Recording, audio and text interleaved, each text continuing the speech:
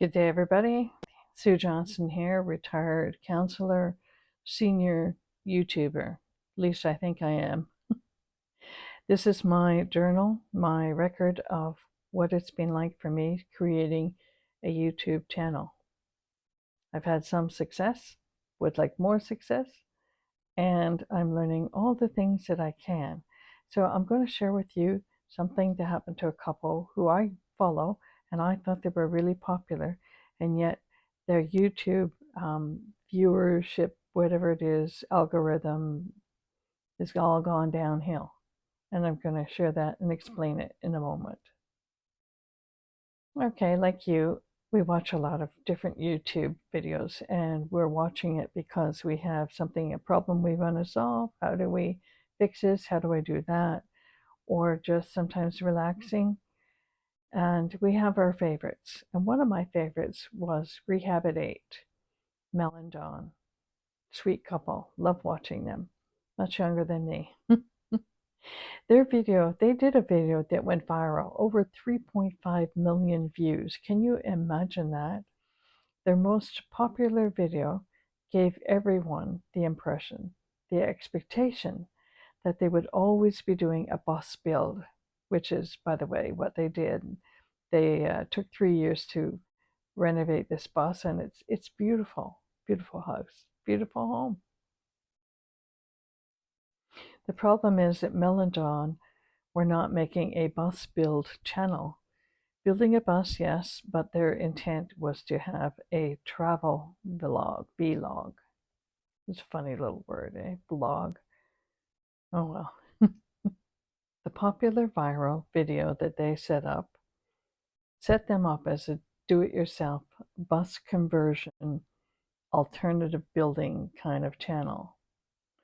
The algorithm pushed or shared their videos with the do-it-yourself conversion alternative build crowd. So a person might sign on as a subscriber, but they were interested in the bus build and not in the travel. And Mel and Dawn were trying to create a travel vlog video. Instead, it took them 3 years to build their bus. Now, some subscribers stuck around because they like Mel and Dawn. That's why I stuck around. I wasn't enthralled with every video, but there were some very interesting ones, and ones for me that stand out. For example, places that I would like to go. So, and they're a great engaging couple, and it was, from my point of view, a very, very high quality video and editing. They were really good at what they're doing, very professional. So they gained over 3 million with their viral video, but after that, the subscriber and watch numbers began to drop. They show a little graph if you go to their channel where the viewership is all dropping down. So this, it seems, is what happened to my Two Seniors Camping channel. When it aired, I gained over 96,000 views and 900 new subscribers. And each time I put a video after that wasn't related directly to senior camping, I end up losing subscribers. So it took me a while to figure out, and I can't prove that YouTube or the algorithm pushed my video forward thinking, oh, this is a good one, y'all want to watch this one. I'm still analyzing exactly what happened. In the meantime, I continue to put knitting and outdoorsy content. And I gain some subscribers each time I do that, but I also lose subscribers. My suspicion is that I'm losing some of those initial Two Senior Camping subscribers.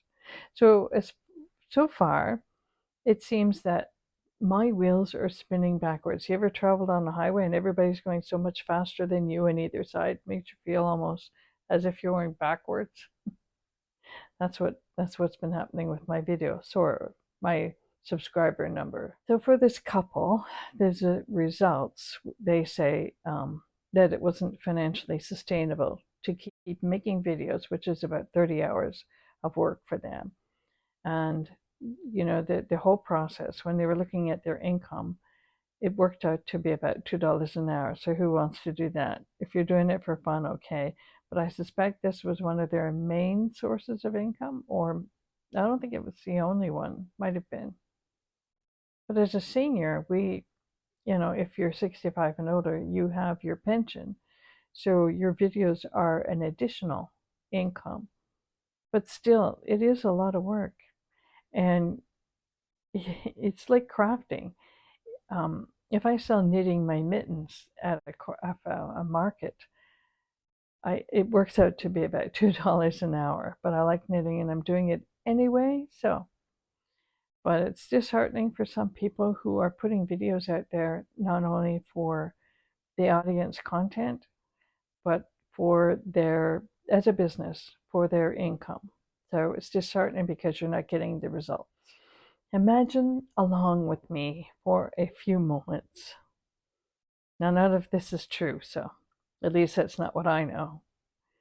But say that you worked for YouTube and your job was to monitor videos and find the ones that got the most responses, and then you go to these agencies and you say, look, we can take your company and advertise on these videos. So a prospective company would say, yeah, hey, let's do this because we're going to get the most exposure. Oh, that channel has 3 million views. Yeah, let's do it. Most exposure, least amount of money, good advertising. And that's what YouTube is trying to do with your videos. Trying to find the best video content advertisers, trying to match it all together so they can make money. So the bus conversion. So YouTube starts placing ads on their channel, but then the viewer numbers start to go down and dips lower and lower and lower.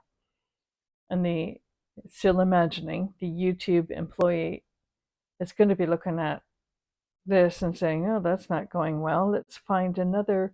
Oh, look, here's a really popular channel over here. Lots of numbers. Let's move the ads over to that channel.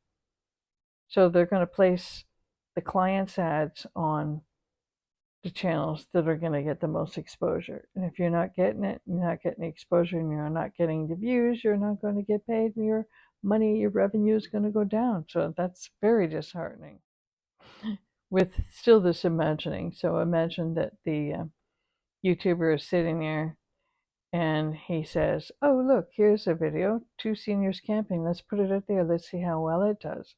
So it gets a great response. They place ads. Actually, they were able to place ads on even though I don't get paid for the ads. That's the way it goes. So I own the video. I can't go camping all the time. I'm a senior. The weather doesn't allow us to go camping all the time. I live in Ontario. We get cold winters. So then YouTube stops running ads on my channel. They stop recommending my channel. They stop saying, hey, here's one you want to look at, because they feel that nobody's watching. So no money. When YouTube recommended my channel, and I don't know if they recommended it or not because I have nowhere in my analytics saying that they did do that, but let's say they did. 2 seniors camping, lots of views, lots of new subscribers. So when they did that, everybody's expecting more and more camping, and that's not happening till the spring, baby. This is why channels that say full-time RV living, that kind of channel, that's why it works, because it's a niche, Niche, hyphenated E. It's following along an expectation. And if you're looking at channels about full-time living in RV, you're not expecting to see suddenly this channel on how to knit your sweater, or how to turn corners, how to do short rows, or anything like that. So the problem for YouTube creators is that eventually they get burned out following that niche. They keep trying to look at different angles and find new material out there to keep the audience engaged. So then they get caught up in this cycle of just creating something basically to satisfy the YouTube people, algorithms, so that they, the creator, can keep getting some money, especially if they're trying to make a business out of this. But it's not, it's a lot of times it's not working, and the YouTube creators end up burning out. Keeping all this in mind, I still have a question, and that is, Mel and Don were doing the bus conversion. It took them 3 years and then they finished it. So why was there not an ease of transition into the travel vlog? Why didn't their channel pick up a lot of people interested in traveling while living in a bus that was converted? And I think the response to that would be that the algorithm just didn't pick it up, or the YouTube people just didn't recommend it. And I think that's very unfair. I do know channels that made that transition. One was a photography channel, and she made the transition to knitting. And you know what? It didn't hurt her at all. So I'm not sure what the difference is there. And I know that Mel and Don, at least according to their video, they're still trying to figure it all out, where they're going to go from there, what they're going to do. So I don't know. But anyway, I just thought I would share that information. For me, it's sort of like it it brought information into the background, helped me gain an understanding of what's going on in the background with YouTube.